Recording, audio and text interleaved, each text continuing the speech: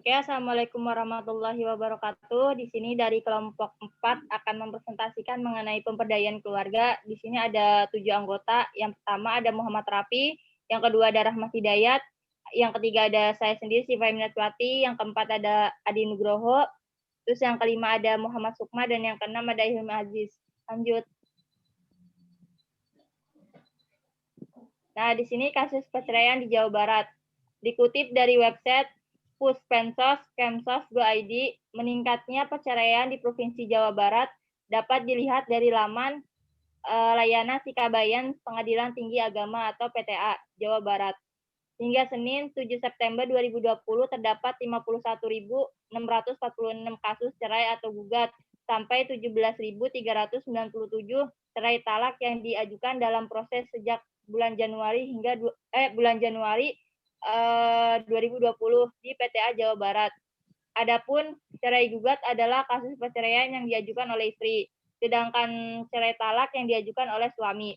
Dari angka tersebut, kasus ajuan perceraian paling banyak diajukan pada Juni dan Juli, dengan masing-masing angka 12.603 sampai 11.778 kasus. Di bulan-bulan sebelumnya, kasus ajuan cerai ada di kisaran angka 2.000 sampai 8.000 kasus, meskipun sempat berada di angka 11.249 kasus pada bulan Januari 2020. Lanjut.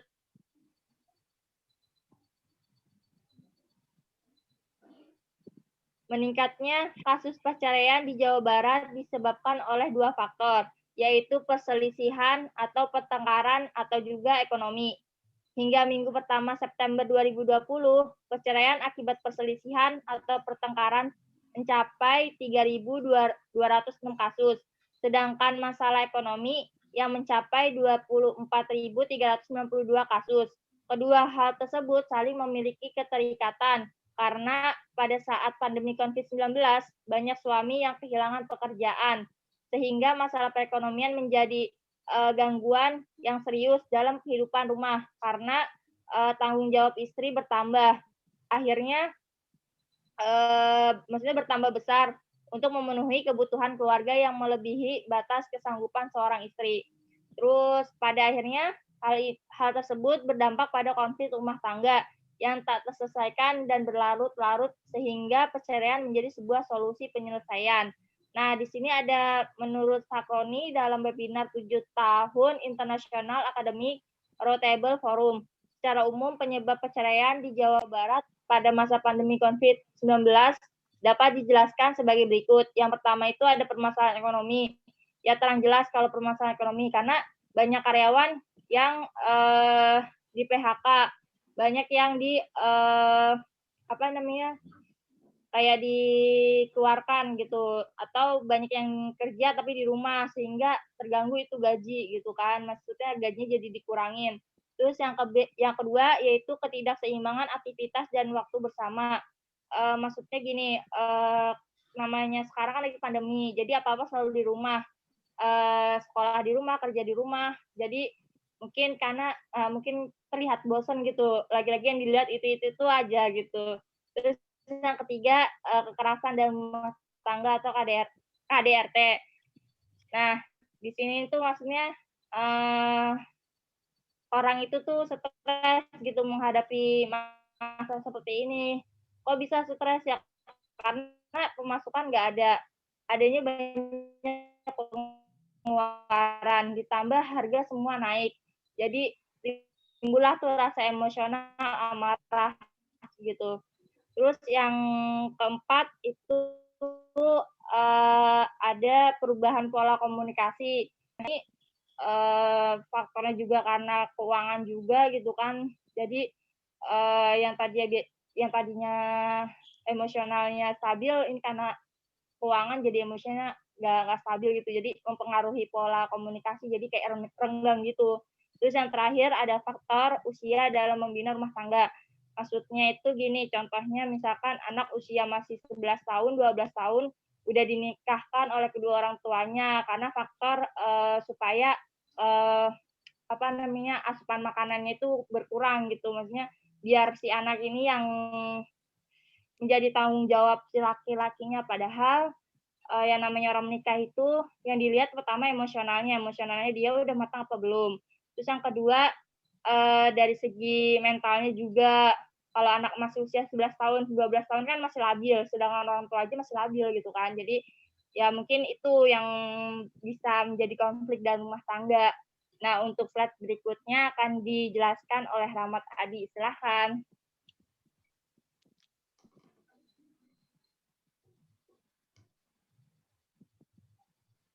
Baik, Assalamualaikum warahmatullahi wabarakatuh. Selamat siang pada seluruh teman-teman yang saat ini mungkin menyaksikan.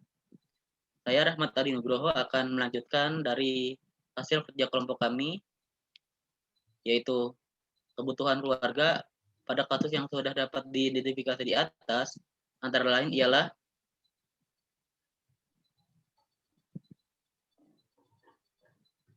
identitas kebutuhan.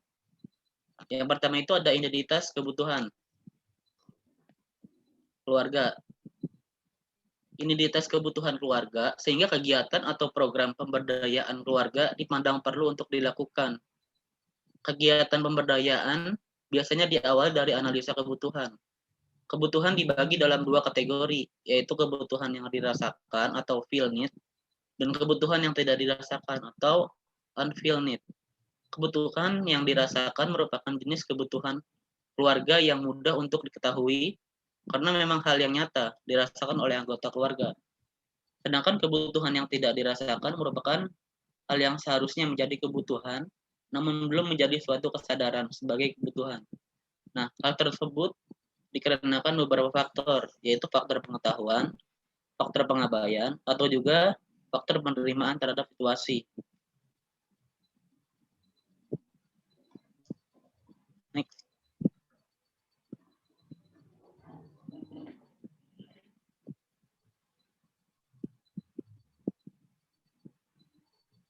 Ya, lanjut.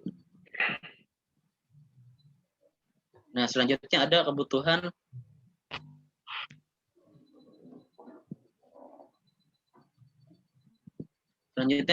pada kasus yang sudah dijelaskan yang dapat diidentifikasi antara lain ialah kebutuhan yang dirasakan, feel need yang tadi itu dibagi atas tiga kategori, yaitu kebutuhan pangan, pendidikan, dan juga rumah.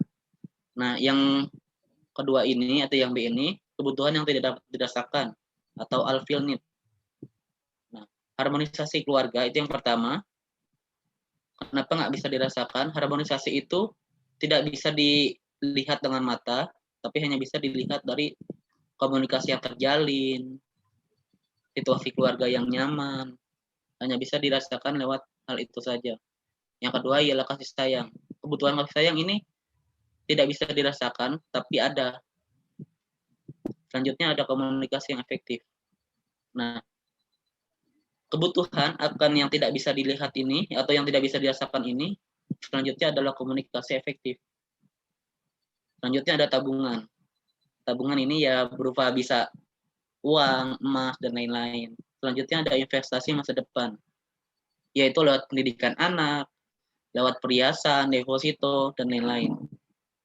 Itu adalah kebutuhan yang tidak bisa dirasakan.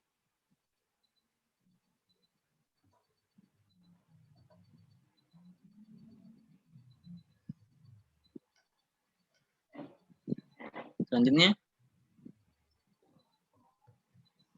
ada penetapan program. Program yang akan digunakan pada kegiatan kali ini adalah seminar keluarga bahagia saat pandemi COVID-19 yang akan dilaksanakan di salah satu desa di Jawa Barat dengan pembicara dari psikolog yang sudah berpengalaman pada kasus ini. Seminar ini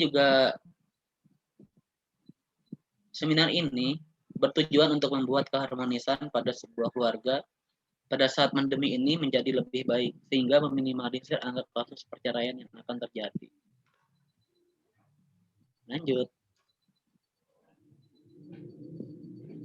Nah, selanjutnya ini adalah topik-topik yang akan dilaksanakan pada kegiatan seminar itu.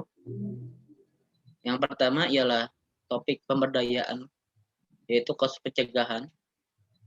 Yang kedua, tujuan umum, yaitu membuat keharmonisan pada keluarga.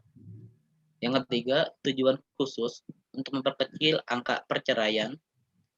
Terus yang keempat ini ada sasarannya. Sasarannya ini dalam lingkup masyarakat Jawa Barat. Selanjutnya ada alat bantu. Untuk alat bantu ini biasanya mikrofon, tentu, sound system, pasti juga, proyektor, sofa, meja. Sedangkan untuk lamanya kegiatan itu berkisar 1 hari. Selanjutnya ada rincian kegiatan. Yang pertama itu pembukaan, yang kedua penyampaian materi, yang ketiga diskusi tanya jawab, yang keempat itu ada penutup.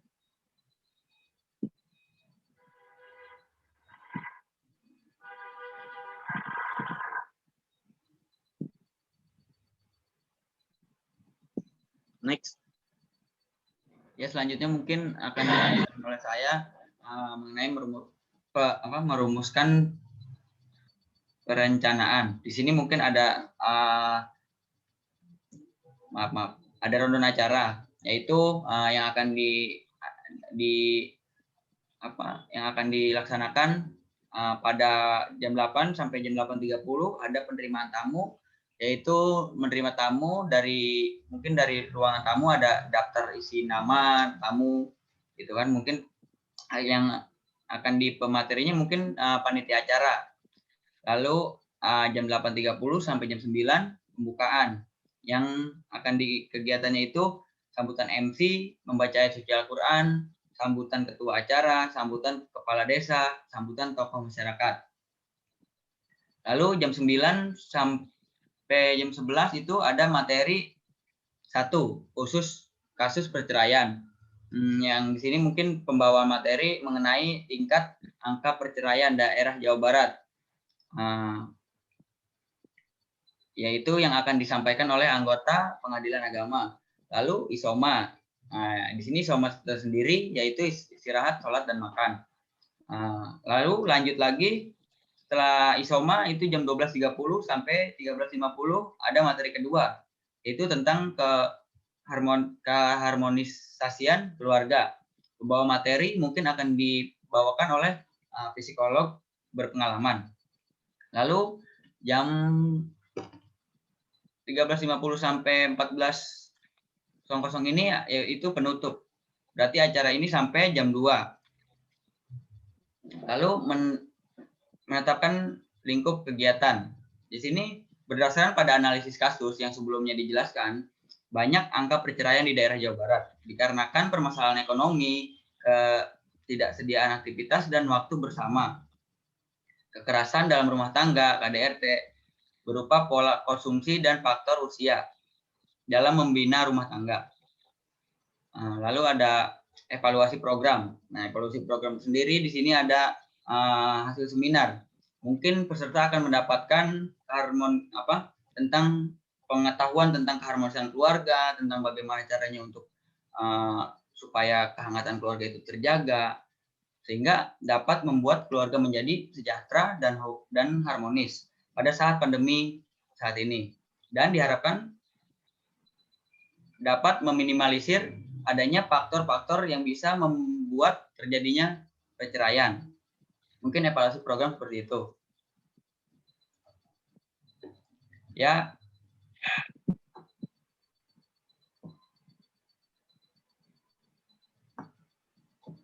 Mungkin cukup sekian dari kelompok kami, kurang lebihnya mohon maaf. Bila ada kurang-kurang kata mohon dimaafkan. Wassalamualaikum warahmatullahi wabarakatuh. Waalaikumsalam warahmatullahi wabarakatuh.